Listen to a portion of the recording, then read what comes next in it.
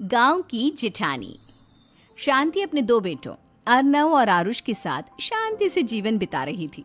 लेकिन शांति के पति सोहन से उसकी कभी कभार थोड़ी अनबन हो जाती थी। एक दिन शांति रोज की तरह सुबह का खाना बना रही थी, तभी दरवाजे की घंटी बजी। घंटी की आवाज सुनकर वो दरवाजे की ओर जाते हुए कहती है, अरे आती हूँ, कौन है? सब्र करो। शांति दरवाजा खोलती है तो देखती है कि उसके जेठ मोहनदास सामने खड़े होते हैं। वो सक पकाकर अपना घूंघट करती है और पैर छूकर कहती है, आइए आइए जेठ जी। कैसी हो शांति? जी मैं तो बिल्कुल ठीक हूँ, सब आपकी मेहरबानी है भाई साहब। शांति और मोहनदास की बातें सुनकर शांति का पति सोहन और उसके दोनों बेटे बाहर आ जाते हैं। अरे भैया राम राम, कैसे हो आप? राम राम भाई। अरे शांति, ऐसे खड़ी खड़ी क्या देख रही हो?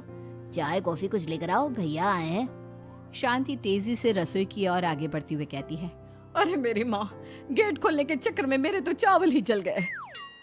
वो दौड़ी दौड़ी रसोई में जाती है और देखती है कि सारे चावल जल गए हैं। वो दोबारा चावल बनाने में लग जाती है। इतने में सोहन आवाज लगाता है, अरे शांति, तुम्हारे चावल का रोना खत्म हो गया हो तो चाय ले आओ। जी लाती हूँ अभी। शांति जल्दी जल्दी चाय बनाती है और मोहनदास को चाय देती है। सब एक दूसरे की खैर खबर पूछते हुए चाय पीते हैं।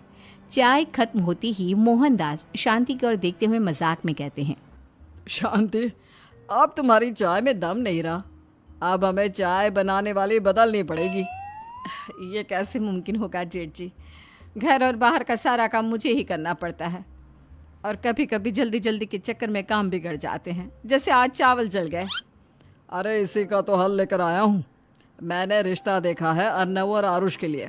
दोनों लड़कियां बहुत सुंदर और सुशील हैं। अगर आप दोनों इजाजत दें तो बात करूँ आगे। सोहन और शांति रिश्ते की बात सुनकर कहते हैं, अब ठीक है, बात चलाइए ना भैया, पर पहले लड़की के बारे में कुछ बताइए तो सही। हाँ हाँ भाई साहब, लड़की कैसी है, परिवार कैसा है, कहाँ के रहने वाले हैं? देखो, परिवार तो बहुत अच्छा है, पर वे दोनों लोग बहुत गरीब हैं। दहेज में कुछ मिलेगा नहीं। अरे हमें दहेज में कुछ चाहिए भी नहीं, बस लड़की संस्कारी होनी चाहिए। एक लड़की तो पढ़ी लिखी है और शहर की रहने वाली है, पर दूसरी अपनी गरीबी की वजह से पढ़ न सकी और गांव में रहती है। लेकिन दोनों है बहुत खूबसूरत। अगर तुम सबको देखते ही पसंद ना आ जाए तो मेरा नाम बदल देना। हाँ, पर तो हम आंखें मूंद कर भरोसा कर सकते हैं भैया। आप आगे बात चलाइए, हम शादी करने को तैयार हैं। कुछ ही दिन में अर्नव और आरुष की शादी हो जाती है। आरुष की शादी अनपढ़ लड़की मंजरी से हो जाती है, जो कि बहुत भोली भी होती है। और अर्नव की शादी पढ़ी लिखी लड़की तनुजा से हो जाती है, जो कि घमंडी और चालू होती है। एक दिन मंजरी घर के काम कर रही थी कि अचानक शांति उसे आवाज लगाती है, बड़ी बहू, ओ बड़ी बहू, मंजरी जल्दी यहाँ आओ। मंजरी जल्दी जल्दी शांति के पास जाती है। बेटा मेरे पैर दबा दे, बहुत दर्द हो रहा है। जी माँ जी, बस बर्तन धोकर आती हूँ। अरे बैठ यहाँ, मेरे पैर में बहुत तेज दर्द हो रहा है। बर्तन छोटी बहू धो लेगी। मंजरी शांति के पैर दबाने लगती है तो शांति तनुजा को आवाज लगाती है, छोटी बहू, ओ छोटी बहू। तनुजा थोड़ी देर से आराम से चलकर आती है।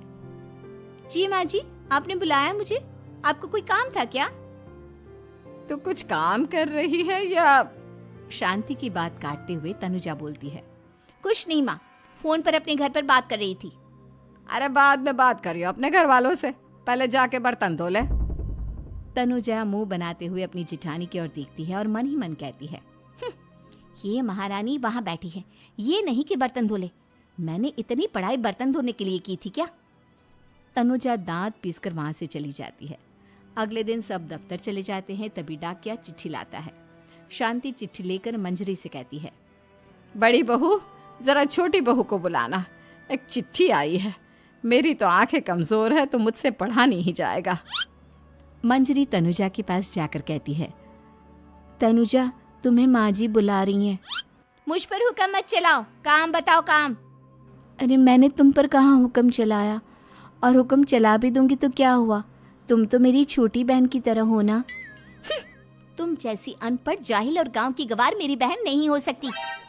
बेचारी मंजरी तनुजा की बात सुनकर अपना सा मुंह लेकर रह गई।